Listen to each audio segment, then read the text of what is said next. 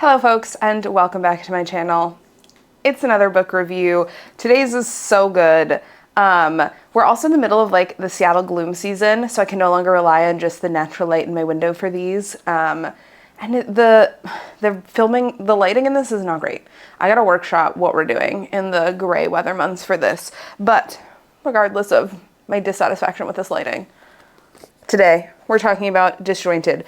This book humbled me so completely. So this was recommended to me by a client and peer of mine who has EDS, Ehlers-Danlos syndrome. And we were talking about it because I have a lot of experience working on clients who have EDS in regards to piercing as well as body suspension. And my partner Brian has EDS. And they were like, if you haven't heard of this, you should check it out. It is Disjointed: Navigating the Diagnosis and Management of Hypermobile Ehlers-Danlos Syndrome and the Hypermobility Spectrum Disorders. This 700-page tome features 20 plus different physicians, doctors, nurses, specialists with specific chapters on their specialty and how that affects EDS. And just to give you like an idea of what this covers, just a peruse of the chapter list, we've got a whole section on genetics, whole section on musculoskeletal concerns, common co-travelers with EDS, with whole chapters on dysautonomia, mast cell activation syndrome, neurological considerations in hypermobility disorders, gastrointestinal concerns, and autoimmunity and hypermobility. We've got a whole series on imaging and surgery, including neurosurgical considerations and anesthesiology and perioperative considerations for folks with EDS. A whole section on pain, fatigue, sleep, and diet with information about pain management, medicinal cannabis for pain management, fatigue and hypermobility, non-restorative sleep in EDS, and food and nutrition. A specific section on women's health. Did you know that EDS is 3 times more likely to occur in women than in men? I did not before reading this. A whole section on occupational therapy with things like sensory processing, assistive devices, information about psychiatry and counseling, resources and perspectives. And it is, listen, I thought I knew a lot about EDS before I started reading this one, right? I was like, I've been working pretty extensively with the EDS community since about like 2019. I've read a lot of studies. I've talked to a lot of people who have EDS. I've talked with doctors who treat EDS. Obviously, like, I'm not a medical professional, nor am I someone living with the condition, but I feel like I had a pretty good handle as a piercer on like what to consider working on clients who have EDS. This book showed me so much of what I was missing. And really, I think the point that this book gets across, and the thing that was eye-opening for me, is that EDS is so much more than a connective tissue disorder, and connective tissue affects so many more areas of the body than we expected, right? So when I thought, okay, I have a good grasp on EDS, I understand how it affects connective tissue when it comes to like cartilage and collagen and the connective membranes that we deal with when we're piercing through, let's say, an ear or a nose. I understand that EDS can cause unique presentation in skin and scar tissue that can have a unique effect on piercings. I understand that it can allow for skin that has a higher propensity of migration and rejection when it comes to piercings, and that I need to accommodate for that with jewelry choice and placement and have honest conversations with my clients about that. What I didn't realize is how many other things EDS affects, right? It's not just stretchy skin. It's not just hypermobility. It's not just dislocating of the joints. Connective tissue plays such a huge role in so many areas of our bodies. So for example, a really big part of EDS that I hadn't really realized or known about before reading this is non-restorative sleep. People with EDS can sleep for 8, 10, 12 hours and wake up and not feel restored and not feel better for a variety of reasons. One is laxity of muscles surrounding the joints. Oftentimes people with EDS, while asleep and not realizing it, a joint is dislocated or it's popped out of place. And so instead of their body being able to rest and repair during sleep, their body is undergoing active trauma during sleep that prevents them from getting that restoration during sleep because one joint is slightly out of place. Or like the muscles surrounding a joint are irritated and having issues. It also can affect neurological and sleep states. Connective tissue disorders are related to Chiari malfunction. I don't know if I'm pronouncing that correct. and other issues in the neck and the brainstem. And this can cause inconsistent sleep patterns. So it can be very hard for someone with EDS to get enough deep sleep and restful sleep for it to be restorative, which can contribute to brain fog and memory issues and recall issues, because our brains are not cataloging the occurrences of the day in a way that allows us to have accurate memory and accurate recall. And that this non-restorative sleep plays a huge role in overall fatigue, pain, wellness, things. I mean, our bodies require sleep to heal, and people with EDS very frequently are not able to get that restoration during sleep. Their body, their brain is literally always in some semblance of on.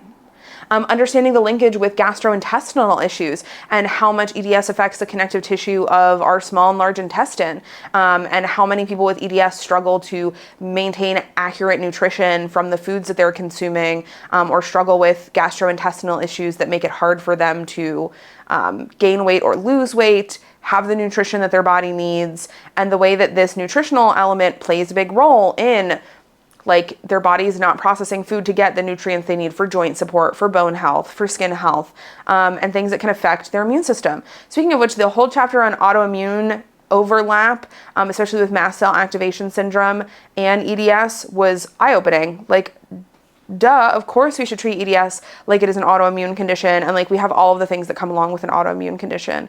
I could just sit here for like a straight hour and spout things that I learned from this book about EDS that I did not already know. But suffice to say, like, if you have EDS, if someone you love has EDS, get Disjointed, read it. It's going to teach you so much about it. If you are a piercer or a tattoo artist and you work extensively on people with EDS, or you have a lot of clients who have EDS, I think this should be required reading.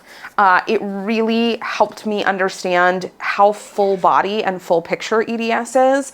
And I think this is going to absolutely change the way I approach piercing people with EDS in a much more mindful way. Because reading this book and thinking about the lived experiences of my clients who tell me that they've had like a helix piercing for 4 years that should be healed, that should be fine, that still flares up, that still has issues, this book helps me better understand why that might be happening.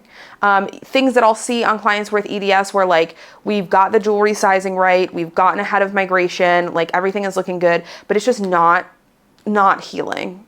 It's just not stabilizing. Understanding how much EDS can affect the body's capability to heal, the autoimmune implications, the lack of restorative sleep, like all of those factors.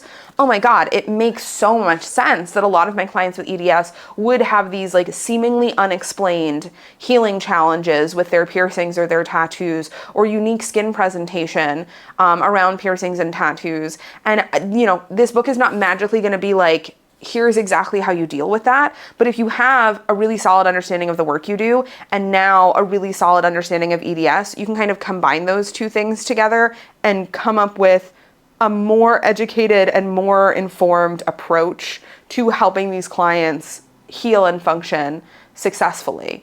And yeah, it really just makes me, you know, ask myself, like, what more can we do to help people with different disabilities, with different medical conditions, be able to modify their body in a way that feels comfortable and feels right and feels good in their own skin?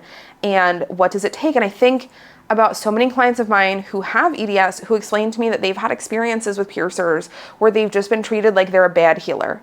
Like I had a client recently who came in who retired a helix piercing during COVID time because they weren't able to get it downsized and it just had all of these issues, and they went in after they could once things were back open, and the piercer was basically like, well, you didn't downsize, you didn't take proper care of it, like this is why you're having all of these problems, da da da da da. And we're talking about this and I'm thinking like, this client has EDS and couldn't downsize the bar in their piercing. Like, of course they dealt with migration. Of course they dealt with all of these issues. Like, their body and their skin has a really high likelihood of doing this.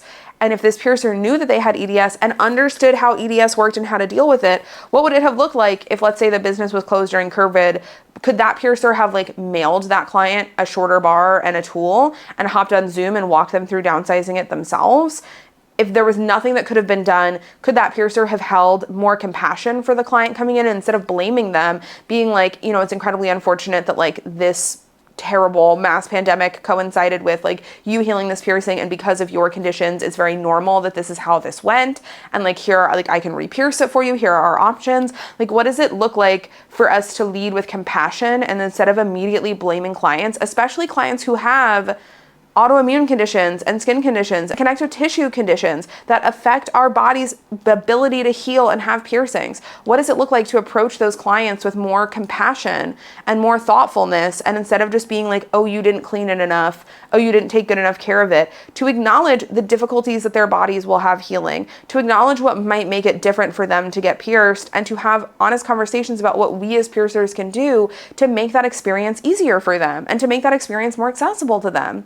Because here's the thing, a studio being accessible does not just mean that they have safe space in their Instagram bio and like a pride flag or something on their door, right? True accessibility is us as an industry saying, what does it look like to go above and beyond to make my services accessible? What does it look like to willingly choose to read 700 pages of medical research and study and information to be able to help a handful of clients be able to heal better and have safer experiences, who traditionally in this industry have simply been told that they can't get pierced or that they're not good healers?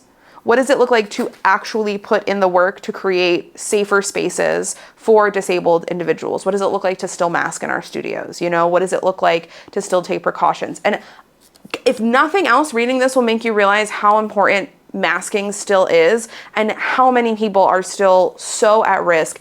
And this video has maybe evolved past a book review, but you know, it breaks my heart. I see a lot of people who come to me who have EDS or similar conditions where COVID is just so much more at risk of being like a very severely disabling infection.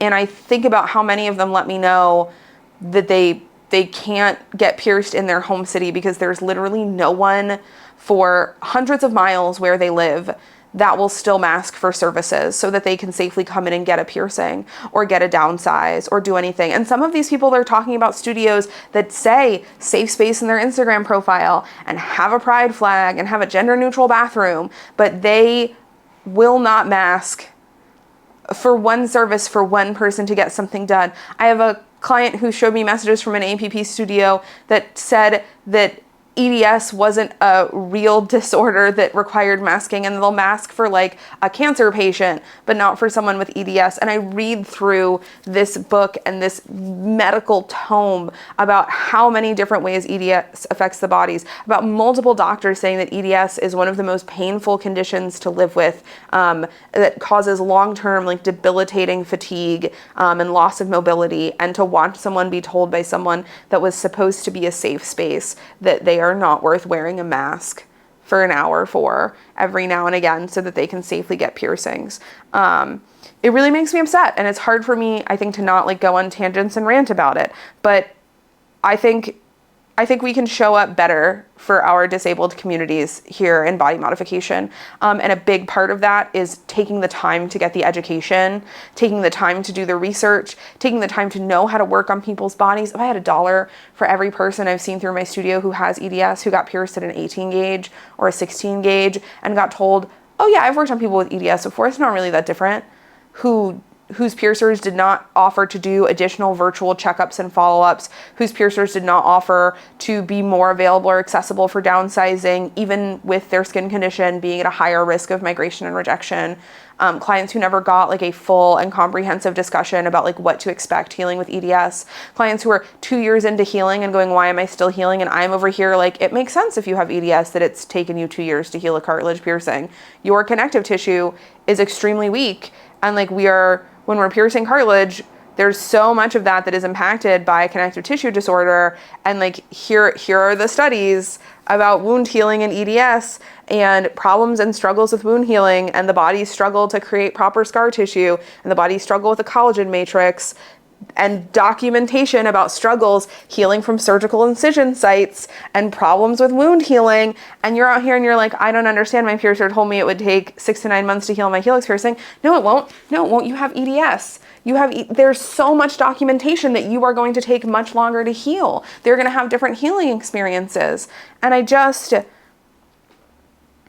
right? So my takeaway from this I thought I knew a lot about EDS before I read this book. This book humbled me. I did not. I had so much left to learn, and I will be the absolute first person to admit that I could have been doing more research. I could have been doing better research. I could have had a better grasp on this condition before piercing so many people with it. I thought I had read enough studies. I thought I understood enough. I didn't. This book and the studies within and the resources within linked, because let's be real, I would get through like every chapter and then I would see the doctor who wrote it and the studies they cited, and then I would go read the studies for that chapter. So not only did I read this 700-page book, I probably read like an additional 700 pages in studies and research alongside it.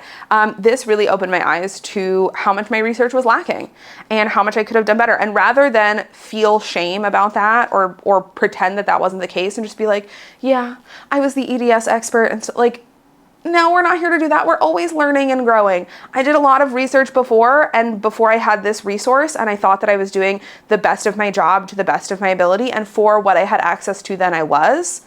Now I know better. Now I have better resources. Now I have better understanding. Now I have read this and connected with so many more resources. And if it were me, this is really where I would start with EDS research. I think if I had read this first and then gone off and done all of the other research and studies that I have, that would have made a lot more sense. So I'm incredibly grateful to the client who suggested this book to me. I had the most amazing time reading it, and I feel like I've got a much better grasp on what to consider with this particular condition and similar conditions, and how to create safer spaces in my piercing studio for folks with EDS, whether that's having more accessible furniture because EDS has a high comorbidity with POTS that allows for clients to be seated for certain piercings or not have to lay down, whether that looks like having additional time in my schedule for clients to adjust from sitting to standing or from laying to sitting and standing, whether that looks like having a larger selection of different thickness and size jewelry to accommodate for different EDS tissue types, whether that looks like doing free virtual follow-ups and checking in more regularly with clients who have EDS, whether that looks like making myself more accessible for downsizing for clients with EDS, or offering discounts because folks with EDS are more likely to need many more downsizes and also more likely to be unable to work full time. So if I want to pierce clients with EDS and meet them where they're at, I understand that they're going to incur a higher cost in jewelry on, let's say, a single helix piercing than the average client. And I understand that they're more likely to not be able to work full time or as much, and potentially not be able to afford the extra things that their body needs. What does it look like for me to acknowledge that in my practice and say, okay, I'm going to offer discounts on these downsizes for these clients to make my services more accessible, and so that it is equitable and they can access this, the same thing that an average person who doesn't have EDS and only needs one downsize can access. It's really, I think, going to change my practice with this, and it makes me want to do so much more research to better serve other clients with disabilities and disorders and medical conditions, and just really dedicate a lot more time to researching and understanding these things so that I can better understand how to pierce people who have them. This book was really eye-opening. It was really amazing. If you have EDS, you should absolutely read it. If you know or care about or love someone with EDS, you should absolutely read it. And if you are a piercer who works on a lot of clients with EDS or wants to, I think you should read this. Honestly, I just think every piercer should read this and really consider like what it looks like to pierce people with these types of conditions. It's so good. It's long, it's dense. Some of the chapters are a slog. And I'm going to be referencing and going back to this and reading more in this for probably the next decade. This is such an incredible guidebook for anyone and everyone. I can't recommend it highly enough. Thanks so much for sitting down for this book review / rant that this has turned into. Can't wait to sit down and chat with y'all again next week. I hope everyone is interested in maybe a lot more EDS and piercing related content for me. I know that's like a niche within a niche within a niche. But this has given me so many ideas and so many thoughts and so many concepts. All right, folks, have a great rest of your day, and I can't wait to sit down and chat again soon.